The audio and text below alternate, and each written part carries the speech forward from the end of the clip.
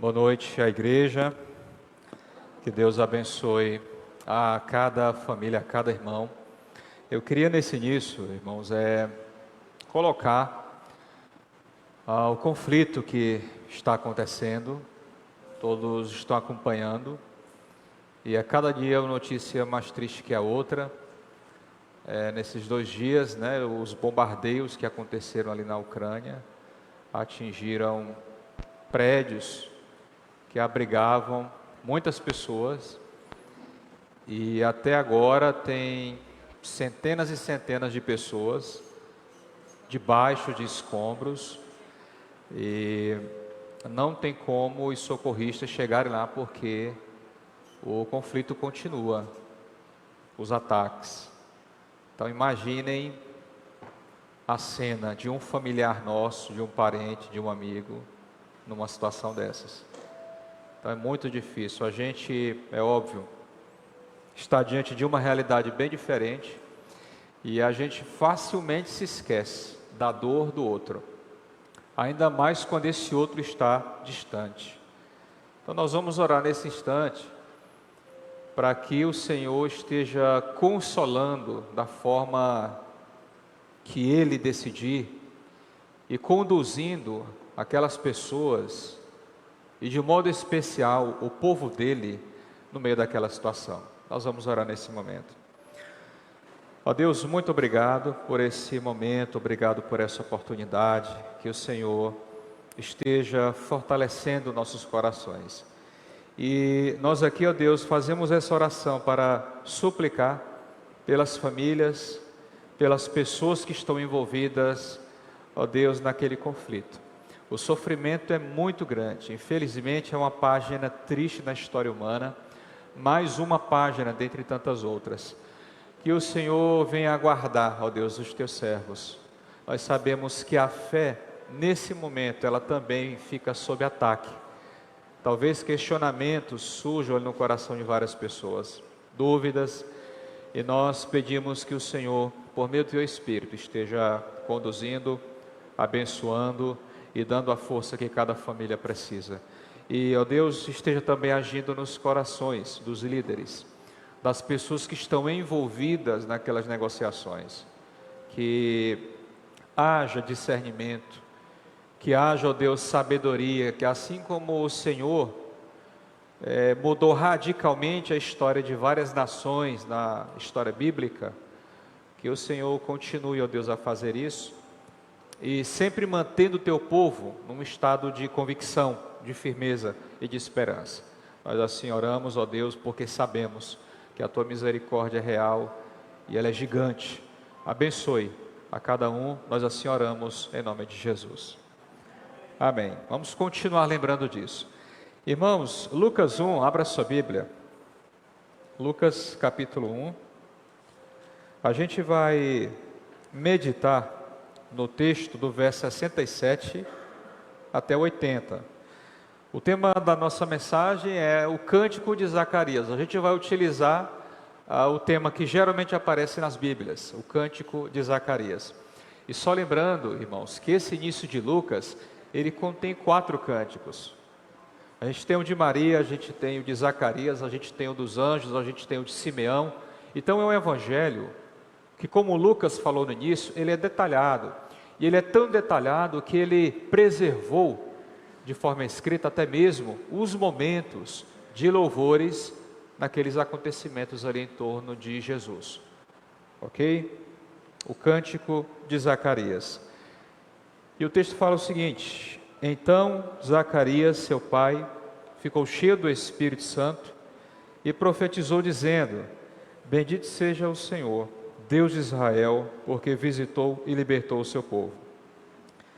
E nos fez surgir uma salvação poderosa na descendência de seu servo Davi, assim como tem anunciado por meio dos seus santos profetas desde tempos antigos, para nos livrar dos nossos inimigos e da mão de todos os que nos odeiam, para ser misericordioso com nossos pais e lembrar-se da sua santa aliança e do juramento que fez a Abraão, nosso pai, de conceder-nos que, libertados da mão de nossos inimigos, o cultuássemos sem medo, em santidade e justiça em sua presença, todos os dias da nossa vida.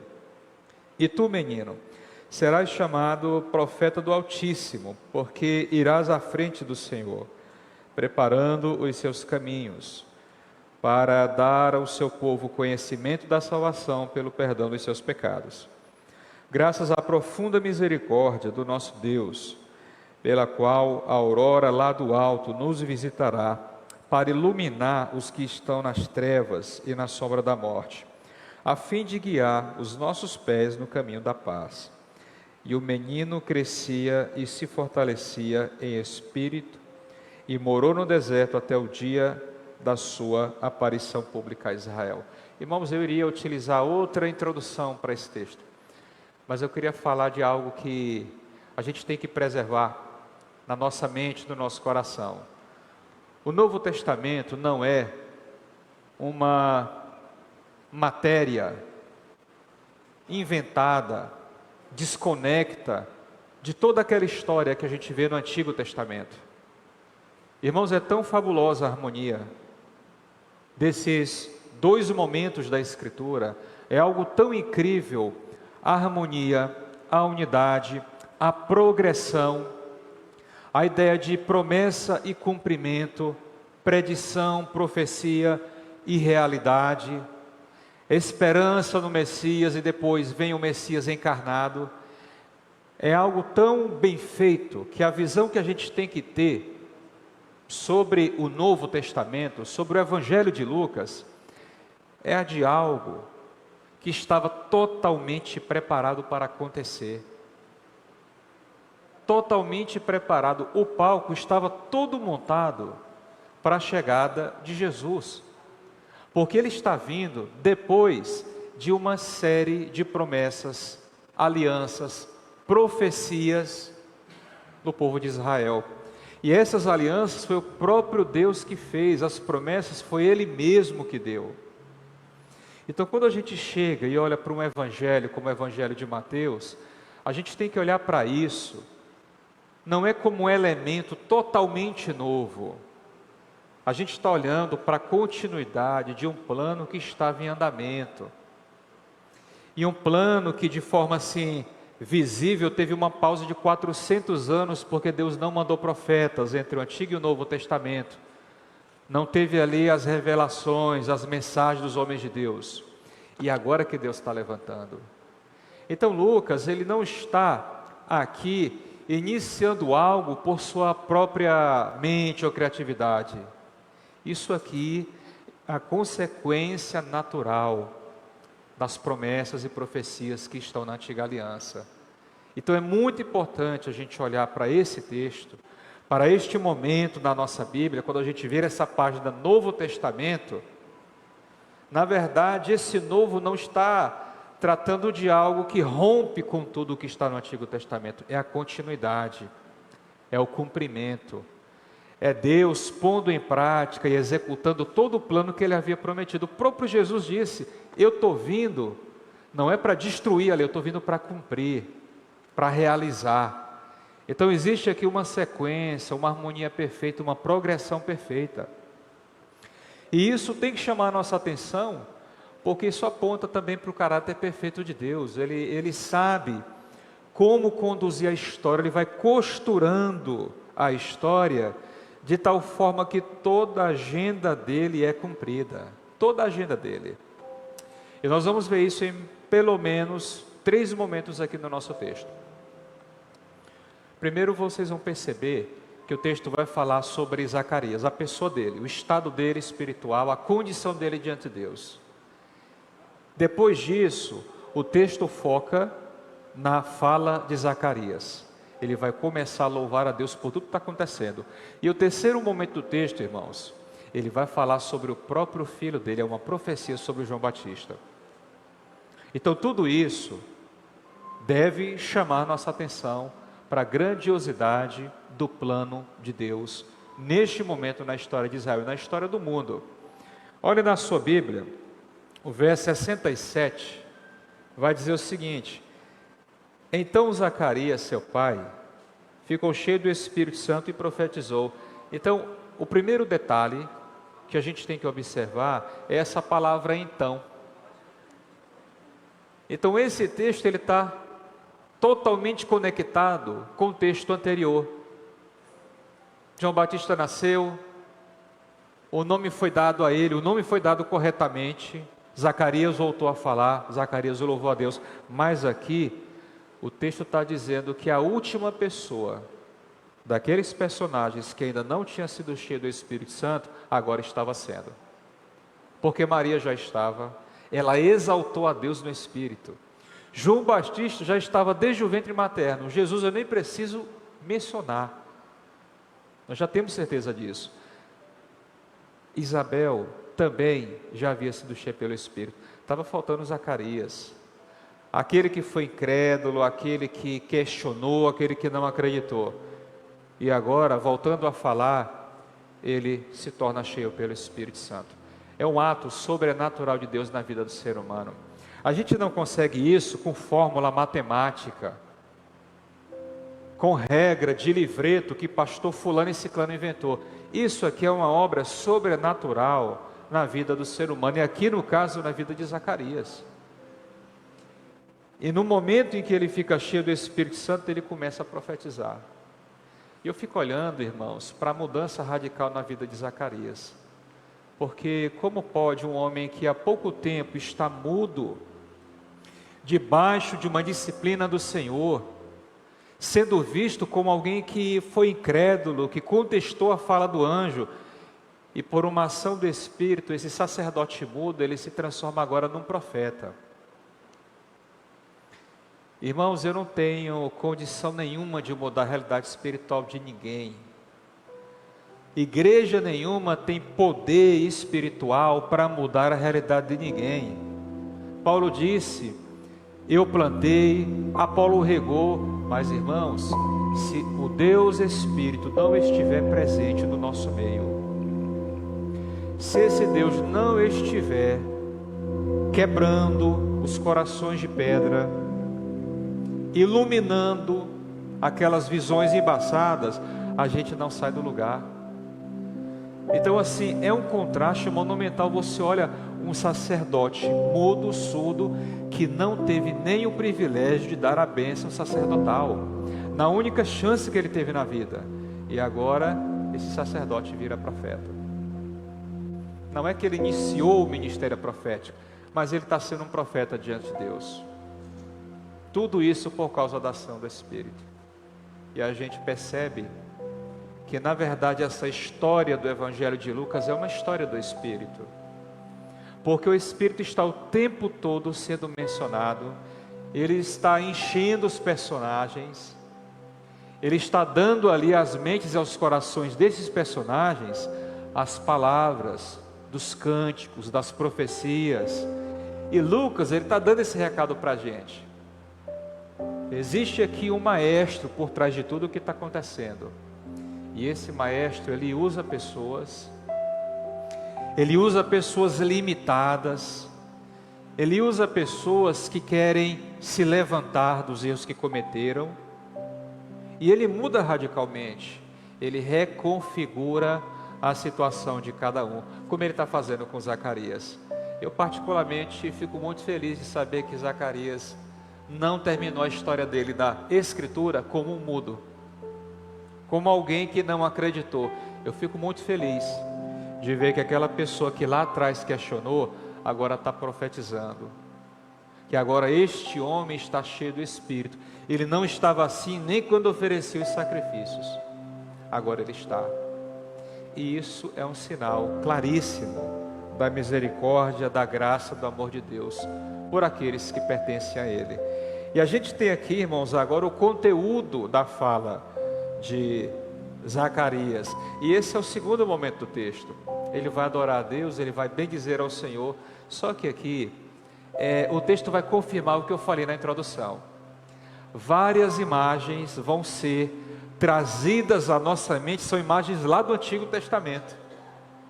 E a gente pensa, não, o Novo Testamento é uma pedra que foi colocada em cima lá do túmulo do Antigo Testamento, e tudo que lá atrás não presta, e a gente tem que acender o sinal vermelho nesse momento. Porque muitas pessoas desprezam a antiga aliança, como se ela não tivesse nenhum valor para a igreja hoje. Tá? Muitas pessoas dizem, teve até uma pessoa que trabalhou, nós temos uns 2 anos, né, na minha casa, está fazendo lá um serviço, e ele disse, olha, eu fui ensinado que a única coisa que serve para a igreja é do livro de Mateus para frente. E aí a Escritura diz em 2 Timóteo 3,16, toda a Escritura, ela é inspirada por Deus, ela é útil. E Escritura, irmãos, quando é mencionado nesse texto de 2 Timóteo, Paulo está se referindo exatamente ao Antigo Testamento, que era a Escritura que eles tinham até o momento, o Antigo Testamento. Então a gente vê que Zacarias era um exímio conhecedor do texto sagrado, mas ele vai colocar isso agora, ele vai entregar para a gente isso em forma de poesia, de cântico, de adoração. E olha só, irmãos, vamos acompanhar versículo por versículo. Verso 68, bendito seja o Senhor. E aí você lembra dos salmos. E na verdade isso aqui é uma estrutura de um salmo. Isso aqui é comum no livro dos salmos. Bendito seja o Senhor, Deus de Israel. Então a primeira imagem que a gente tem do Antigo Testamento é a própria nação israelita. Zacarias está dizendo, irmãos, tem tudo a ver. As promessas que foram feitas lá atrás para Israel, porque a gente vai experimentar agora por meio de Jesus, está tudo conectado. Não dá para ignorar a primeira aliança e para não ter prejuízo na segunda aliança. E aí ele fala o seguinte no verso ainda 68, porque visitou e libertou o seu povo. A palavra visitar na Bíblia, ela às vezes tem um sentido totalmente diferente do sentido que a gente usa, porque se eu vou visitar alguém, eu vou ali ter um momento, ter uma conversa e depois eu vou embora. A ideia deste verbo, e essa é uma ideia hebraica, a visitação de Deus é o Senhor se levantando para intervir na história de seu povo. Não é simplesmente para ele chegar e olhar o que está acontecendo. Lembram lá do Êxodo? O povo está no Egito, o povo está sofrendo, o povo está gemendo por causa da escravidão, e o texto fala, e o Senhor visitou o seu povo, porque se lembrou da sua aliança. E como é que foi a visita de Deus lá atrás? Ele libertou a nação de Israel daquela escravidão. E Zacarias está dizendo, Deus novamente está se levantando para nos libertar. A criança que está vindo, que está no ventre de Maria, é Deus se levantando para libertar o seu povo. E este verbo, irmãos, esse segundo verbo aqui, ó, libertou, é a palavra que era utilizada para falar do resgate. Quando você ia libertar um escravo, você tinha que pagar o valor do resgate. Sempre na Escritura, o resgate aconteceu através de um valor que foi pago. O próprio povo que saiu do Egito saiu por causa do sangue do cordeiro que foi derramado. Sempre tem que haver um preço. E aqui ele está trazendo para nós a imagem do Êxodo. Aquele povo que lá atrás, que era escravo e foi visitado e libertado por Deus, essa história está se repetindo na nossa geração. É isso que Zacarias está dizendo. Tanto é que ele está utilizando os verbos no passado. Isso aqui é importantíssimo. No verso 69 ele diz, e nos fez surgir uma salvação poderosa. Essa palavra poderosa no grego é a mesma palavra que é utilizada para chifre. E chifre na Bíblia traz essa ideia de imponência, de poder, de força. Quando as pessoas viam um touro, essa é a ideia que elas tinham, de poder, de força, de intimidação.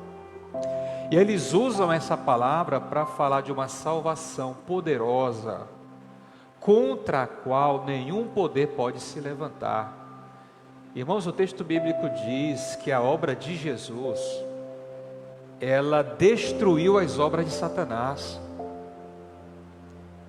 Em Colossenses 2 é dito que Jesus, ele triunfou na cruz, mesmo morrendo, ele triunfou de todos os seus adversários. Nenhum poder seja neste mundo ou no mundo espiritual, é suficiente para fazer pária a Jesus Cristo. Então olha o que Zacarias está dizendo. É uma salvação extremamente poderosa. Ela não está baseada nos nossos méritos, nos nossos sacrifícios, no nosso dinheiro, nas nossas boas obras. É uma salvação que está baseada no poder de Deus na pessoa de Jesus. E Zacarias está colocando tudo isso em forma de palavras para adorar o Senhor. E ele diz mais: na descendência do seu servo Davi. Então ele menciona mais uma imagem do Antigo Testamento, que é o rei Davi. E qual a importância de Davi nesse texto? Deus chegou para Davi. 2 Samuel 7, e disse: eu vou estabelecer na tua descendência um reino que não terá fim.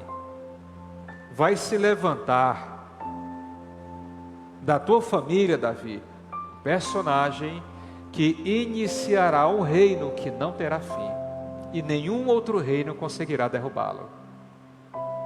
E aí Davi é mencionado. Zacarias está dizendo: Deus é fiel. E nós já falamos isso nos domingos anteriores. Tudo que está lá atrás, tudo que Deus prometeu, tudo que Deus entregou em termos de promessa, Zacarias está dizendo, Ele está cumprindo nesse exato momento, porque Jesus já está no ventre de Maria. E Ele é o cumprimento de todas essas esperanças. E Ele continua, irmãos, e tem mais, olha só, verso 70. Assim como tem anunciado por meio dos seus santos profetas, desde tempos antigos. Então Ele já falou de Israel, Ele já falou do Êxodo, Ele já falou de Davi, e agora Ele menciona os profetas da antiga aliança. E Ele está dizendo, todos esses indivíduos e acontecimentos estão totalmente envolvidos no que vai acontecer agora por meio de Jesus. Deus está lembrando de tudo que Ele falou. Nenhuma palavra ficou por terra. E mais à frente Ele diz, para nos livrar dos nossos inimigos e da nossa mão, e de todos aqueles que nos odeiam. Esse versículo é muito bonito, e ele pode ser alvo de muita interpretação errada, porque eu posso ler esse texto e pensar assim, por meio de Jesus, Deus vai me livrar de todos os meus inimigos. Então ninguém no meu trabalho, na minha rua, ninguém vai ter capacidade para me atingir. Ninguém vai me tocar. Eu estou plenamente blindado e protegido. O texto não está falando isso, irmãos. Então, como é um texto, é uma promessa muito bonita, ela tem uma chance muito grande de ser mal interpretada. Vou ler de novo. Para nos livrar dos nossos inimigos e da mão de todos os que nos odeiam. Meus irmãos, na vida prática, isso não está acontecendo. Até porque não é isso que a Bíblia está prometendo para a gente. E nós vamos usar aqui, para entender esse versículo, aquilo que nós falamos no curso. A análise do contexto. Você entende o verso 71 quando você lê o 69. Ele está falando de salvação. Ele ainda está falando da salvação do verso 69.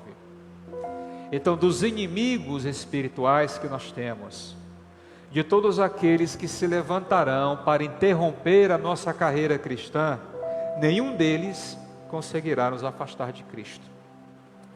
A vitória e a salvação poderosa que Cristo está trazendo, garante a nossa presença no dia de Cristo. É isso que o autor está falando. Porque dificuldades naturais, meus irmãos, nós teremos na vida. O irmão Jefferson falou muito bem isso no culto do meio de semana. Dificuldades naturais, problemas imprevistos, fazem parte deste mundo caído. Mas ele está assegurando que quando o assunto é a nossa salvação, a salvação de Cristo para as nossas vidas é tão poderosa que nenhum inimigo tem condições e nem terá essas condições para barrar nossa caminhada cristã. Nenhum, irmãos. E mais embaixo ele vai dizer, ainda na sua adoração,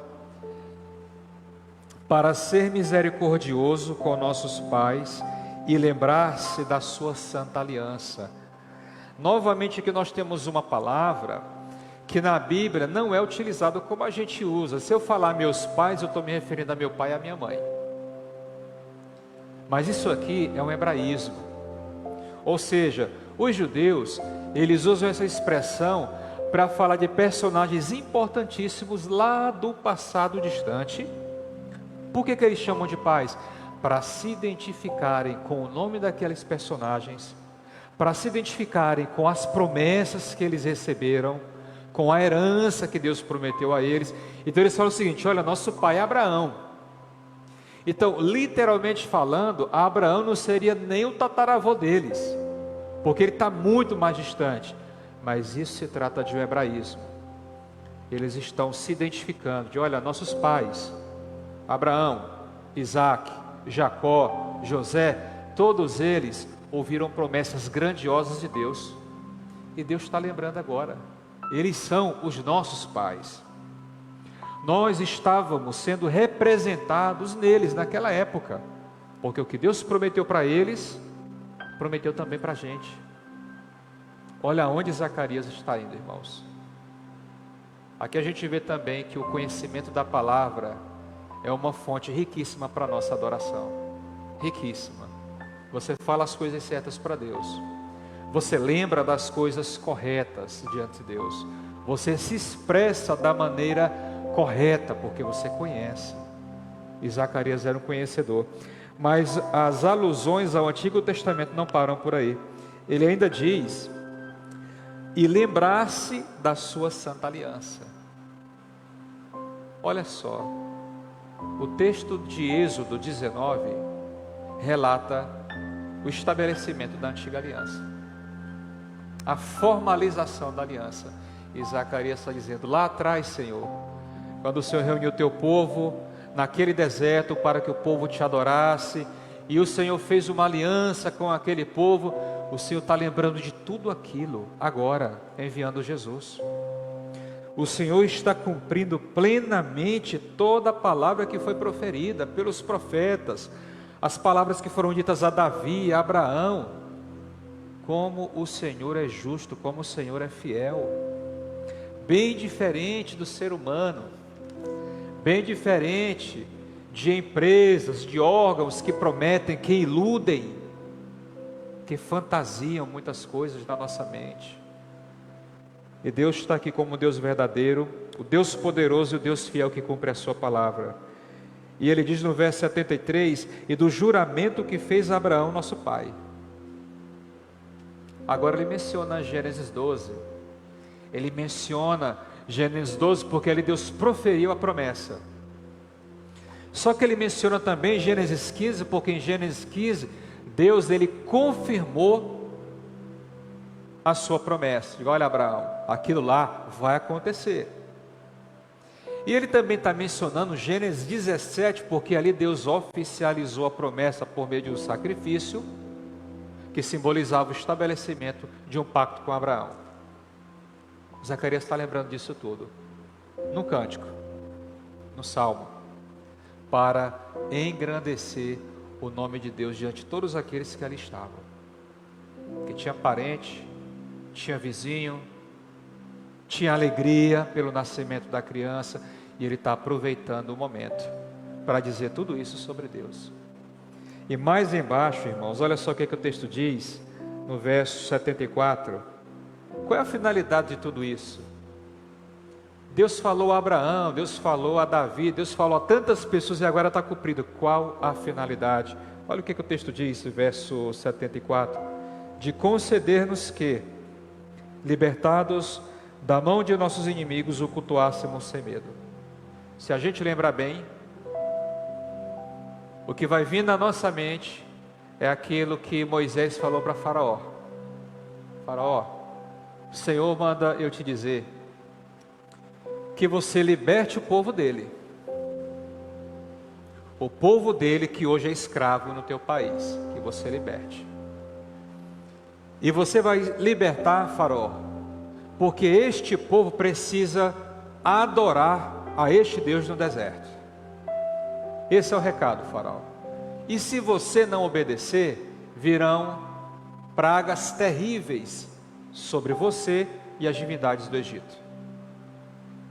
E o nome de Deus vai se espalhar por toda a terra como um Deus que não é só Deus de Israel, Ele é Deus de toda a terra. Faraó, esse é o recado. E olha só o que Zacarias vai mencionar. Irmãos, ele está pegando todos aqueles personagens, aquelas promessas ali, assim dizendo: meus irmãos, Deus é o Deus fiel. Aquele Jeová Jireh, o Deus da provisão, está aqui mais uma vez providenciando a salvação. E ele diz assim, no verso 75, como é que é esse culto? Olha só: em santidade e justiça em sua presença, todos os dias da nossa vida. Então Zacarias agradece por questões pessoais, ele adora a Deus pela grandeza da sua obra, da sua palavra em cumprimento, mas ele diz o seguinte: Senhor, tudo isso exige uma resposta nossa, e a nossa resposta é que nós prestemos culto ao Senhor em santidade e justiça, um culto de acordo com o teu caráter, alinhado com a tua pessoa. Eu abro aqui um parênteses, só para reforçar a cada irmão, a cada irmã, a importância da nossa escola bíblica. A gente está estudando sobre o Antigo Testamento. Irmãos, olha só como é importante aqueles estudos para o que a gente está falando aqui. João Calvino, durante muito tempo, fez isso em Genebra, Suíça. Antigo Testamento e Novo Testamento. Ele queria que a igreja tivesse um alimento plenamente balanceado.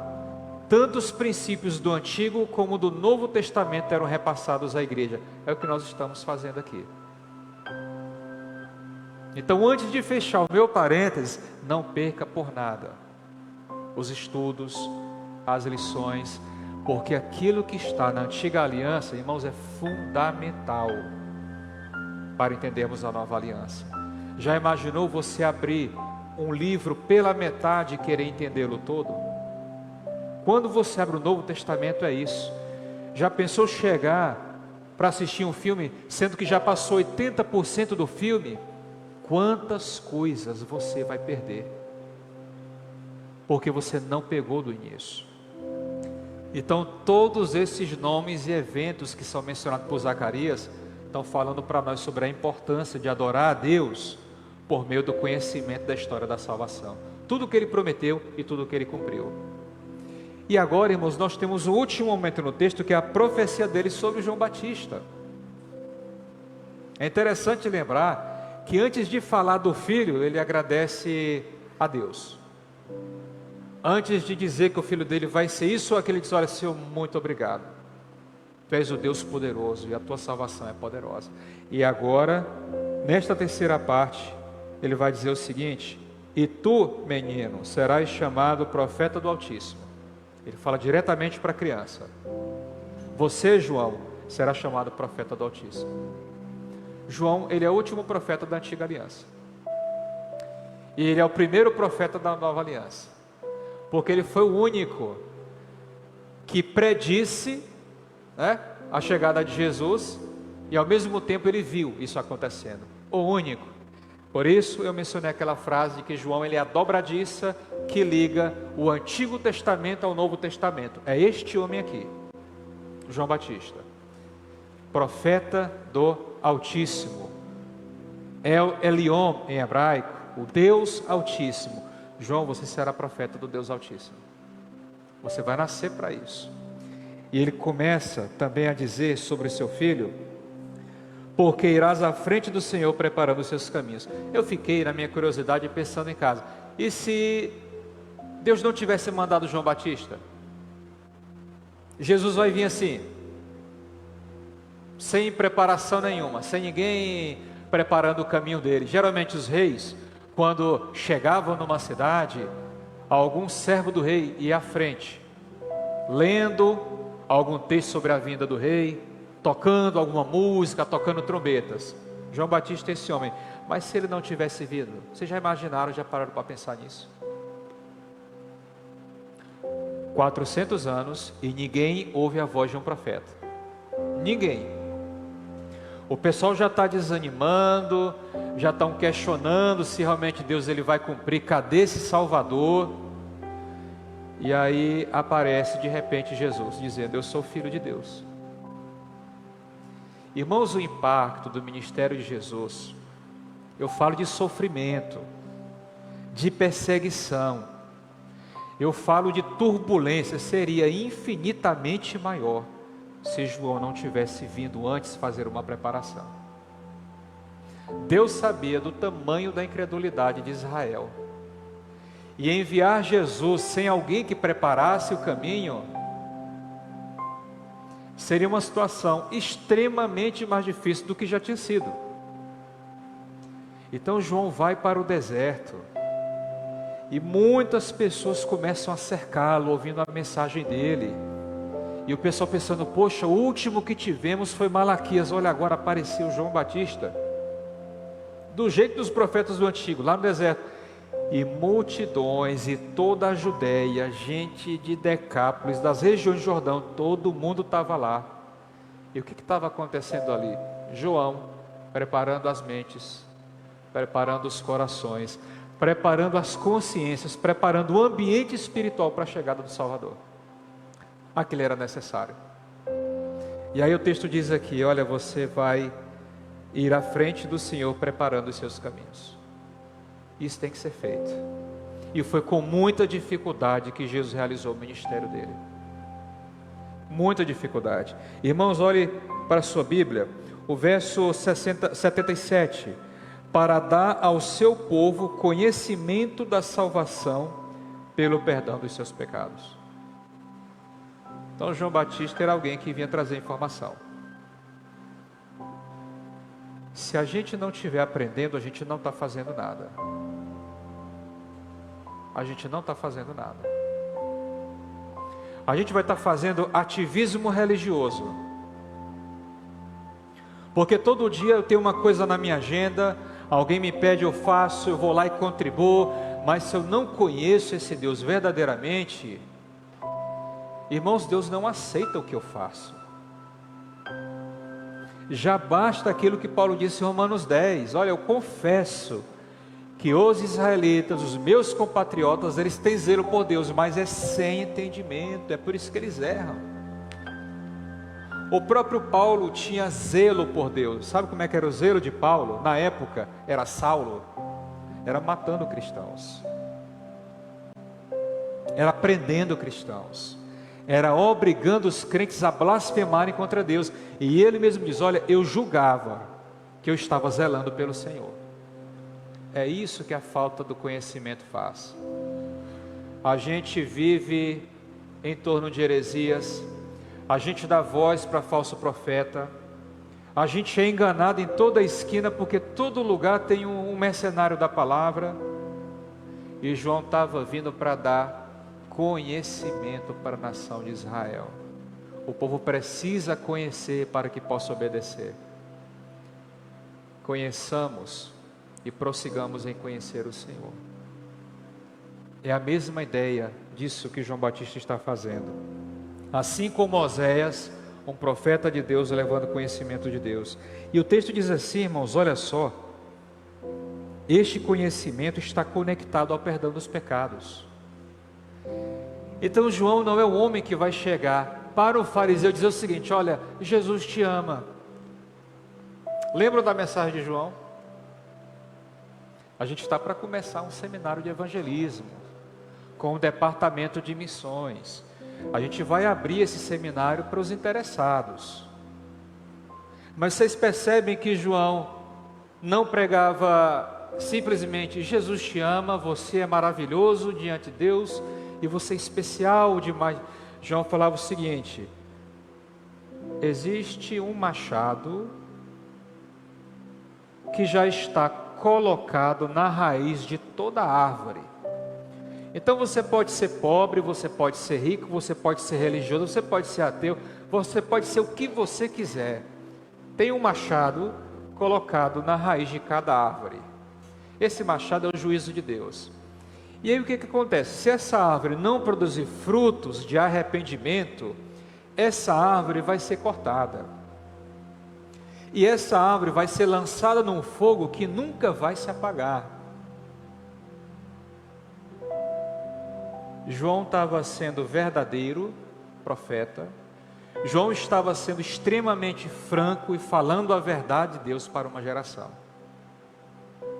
Ele chegou a dizer: olha, quem ensinou vocês a fugir da ira de Deus? Quem foi que disse que é possível fugir da ira de Deus?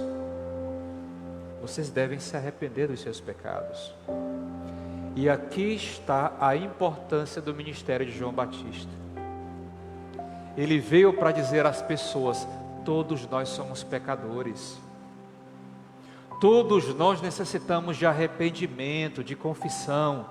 Nós precisamos nos humilhar diante de Deus para que haja vida em nós. João Batista teve que ensinar isso porque os fariseus, os escribas, os saduceus, os essênios, eles estavam cheios de si mesmos. Os irmãos vão lembrar quando Jesus disse: olha, se vocês crerem, verdadeiramente sereis livres. Aí eles falam: como assim nós vamos ser livres? Nós nunca fomos escravos. Aí Jesus fala o seguinte: olha, todo aquele que pratica o pecado é escravo do pecado. Ele até poderia ter dito assim: João Batista já falou isso para vocês. Eu acho que vocês perderam essa aula lá nas margens do Rio Jordão. Todo que pratica o pecado é escravo do pecado.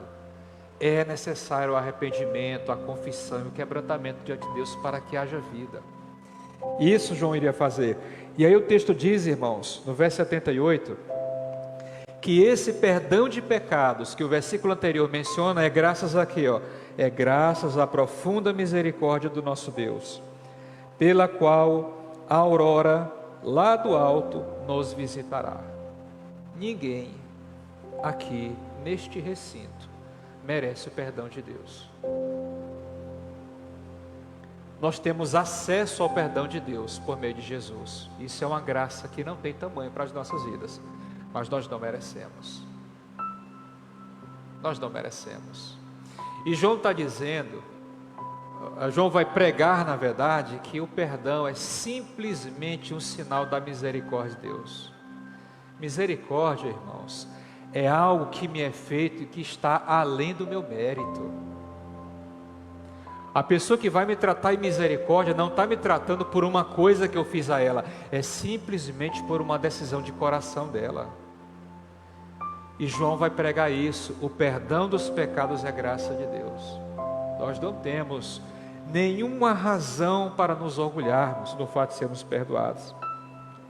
E ele diz ainda no 79, para iluminar os que estão nas trevas e na sombra da morte, a fim de guiar nossos pés no caminho da paz.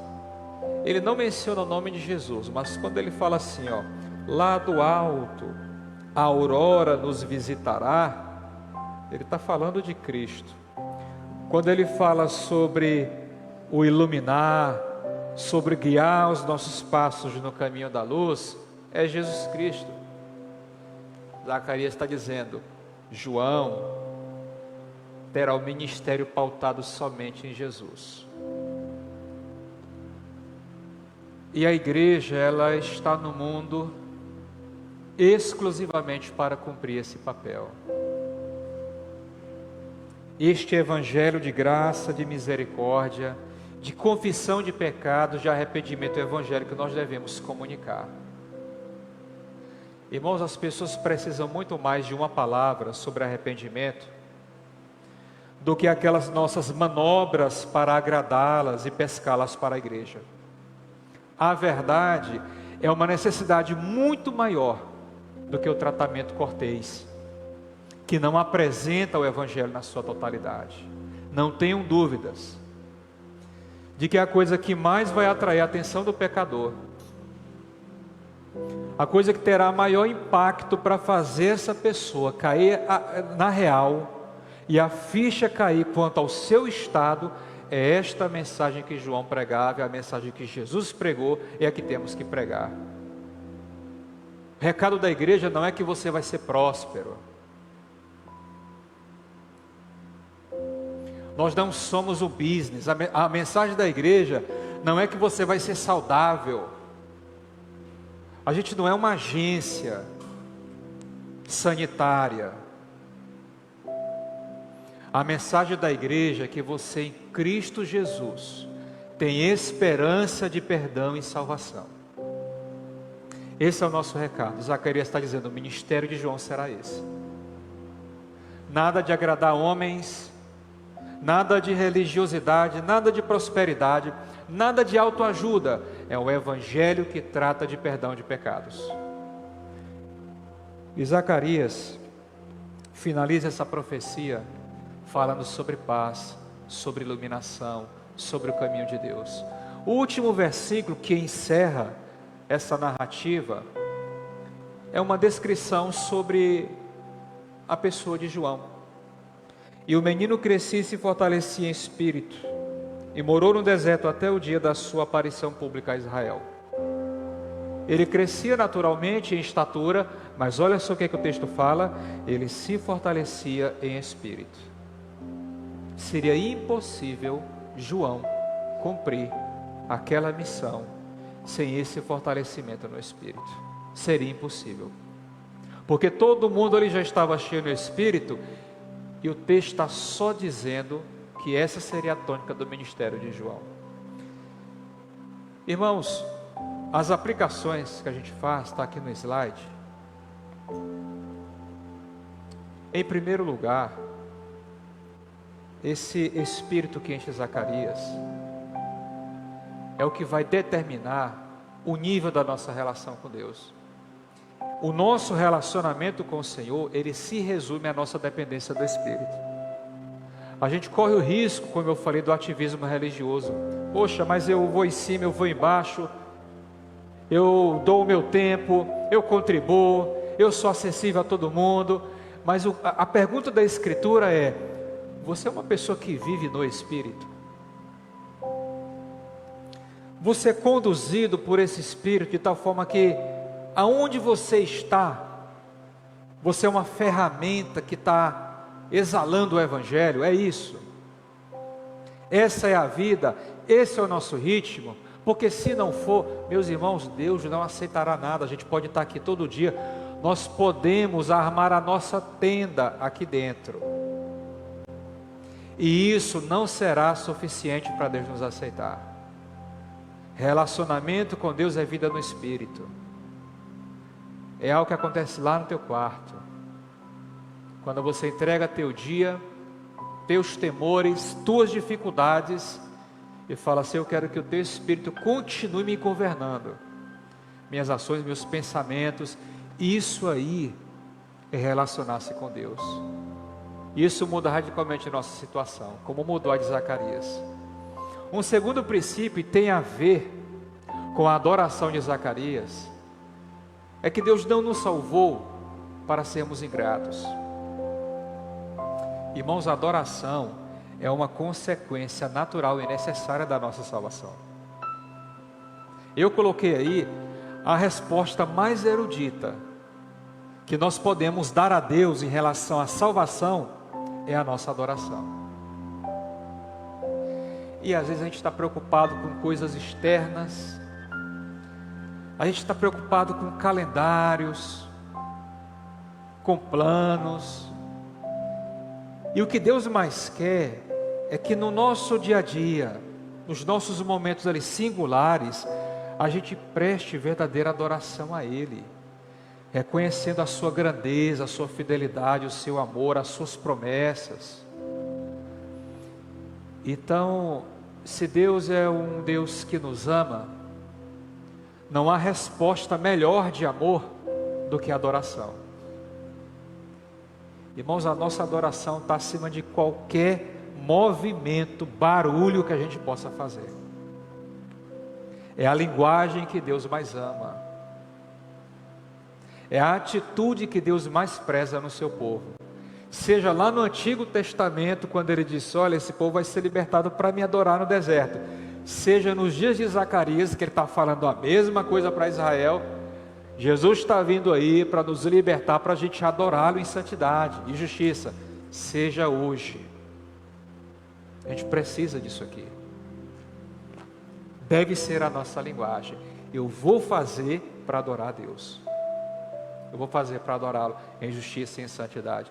E uma última aplicação tem a ver com esse ministério de João Batista. Porque Zacarias, ele reconhece a importância de alguém preparar o caminho para Jesus. Ele reconhece o valor de alguém acalmar os ânimos em Israel para a chegada do Salvador. E a gente entende o que com esse relato? Assim como naquela época, hoje nós também precisamos apresentar o Evangelho com sabedoria, preparando as mentes e os corações para aquilo que a gente vai falar. Então, antes de falarmos da salvação em Cristo, nós devemos fazer soar o alerta sobre o pecado, sobre o arrependimento. Irmãos, não negligenciemos essa tarefa. Eu sei que a gente tem medo de desagradar, a gente tem medo de ser mal interpretado, mas a pergunta que eu faço é: qual o prejuízo maior? É o nosso medo de alguém nos interpretar mal, ou o sério risco dessa pessoa ir para o inferno, porque nós não demos o alerta que deveríamos dar? Qual é o maior prejuízo? O que João pregou, nós devemos pregar. Arrependei-vos, confessai os vossos pecados, produzi frutos dignos de arrependimento, porque se isso acontecer, a salvação de Deus também será real. Então a gente precisa, antes do Jesus te ama, a gente precisa dizer: você precisa arrepender-se do distanciamento que você viveu até hoje de Deus. Você precisa se arrepender por ter caminhado a vida inteira longe do Criador que te permitiu vir ao mundo. Você precisa se arrepender dos seus conceitos errados sobre você mesmo, sobre a vida, sobre Deus. A conversão, irmãos, é um giro de 180 graus, em que a pessoa agora muda totalmente o sentido, porque ela agora caminha na direção de Deus. Então, pelo amor de Deus, não deixemos de dar esse recado às pessoas. Elas estão ao nosso redor, todos os dias, na nossa casa, no nosso trabalho, na faculdade. Não deixemos de dar esse recado. Que o Senhor nos abençoe ricamente com esse cântico de Zacarias, e que esses princípios aqui possam regular a nossa vida, a nossa adoração, as nossas esperanças, a nossa evangelização. Amém? Nós vamos orar nesse momento. Santo Deus, abençoe, ó Pai, poderosamente a vida desta igreja. Graças a Ti, Senhor, porque aqui estamos.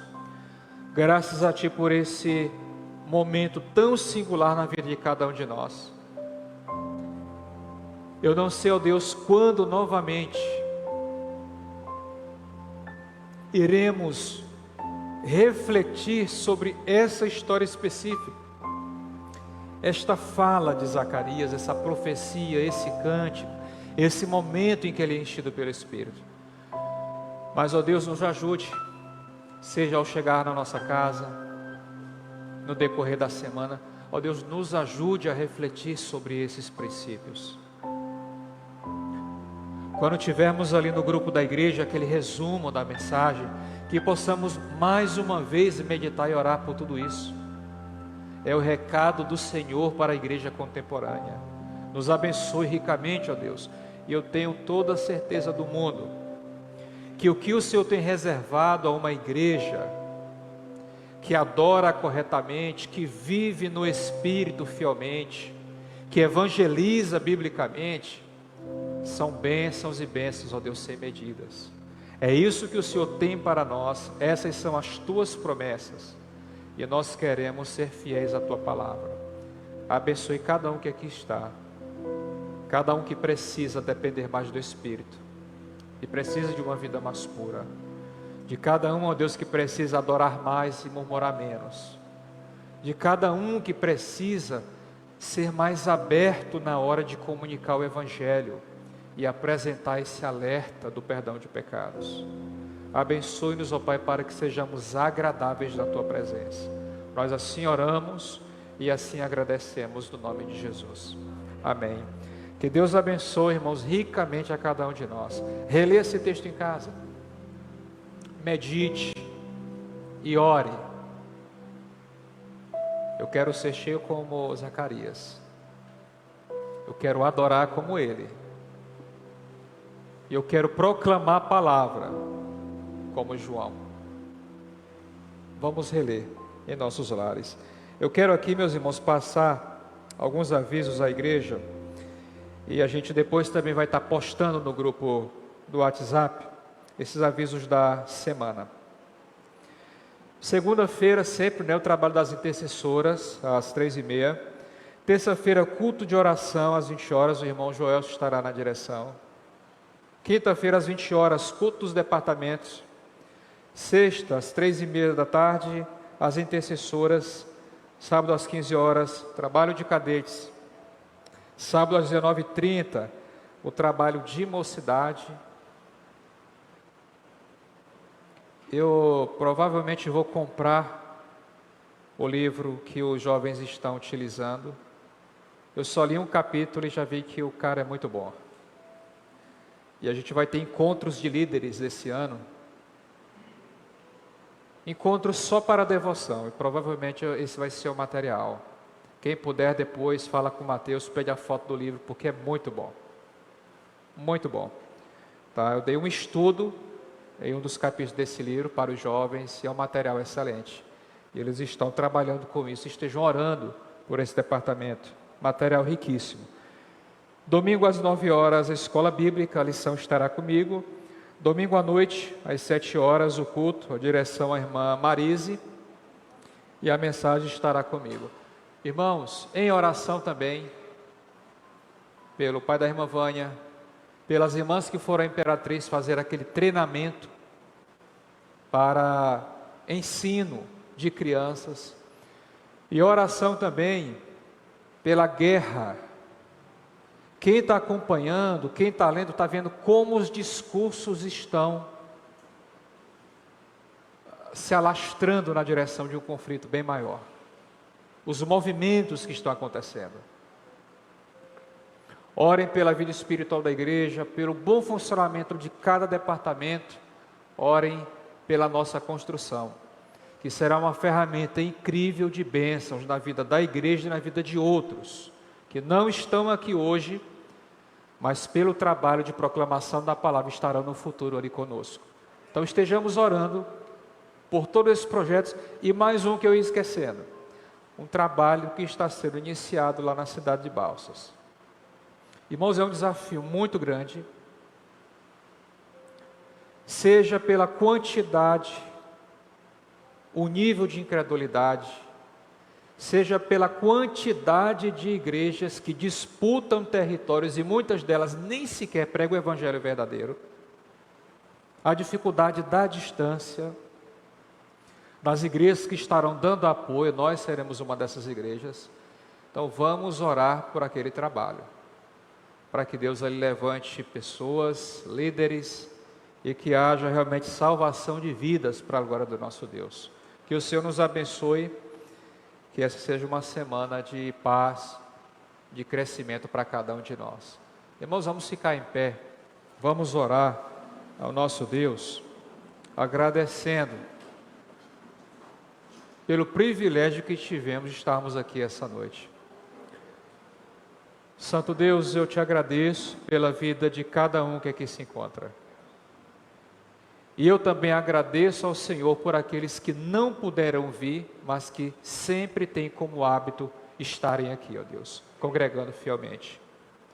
Guarde a cada uma dessas pessoas.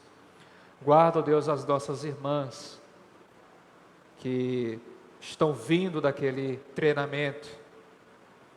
Guarde as famílias, ó Deus, deste conflito. Que o Senhor derrame paz, fé e esperança, ó Deus, naqueles corações. Abençoe nossos departamentos, cada trabalho, cada reunião, cada atividade. Abençoe os nossos projetos, Deus, porque nós não queremos que eles sejam estritamente nossos. Nós queremos que eles sejam projetos do Senhor, que visem a glória do Senhor, que visem a honra ao Teu precioso nome. Que essa semana seja uma semana de crescimento, de reflexão, de serviço ao Senhor.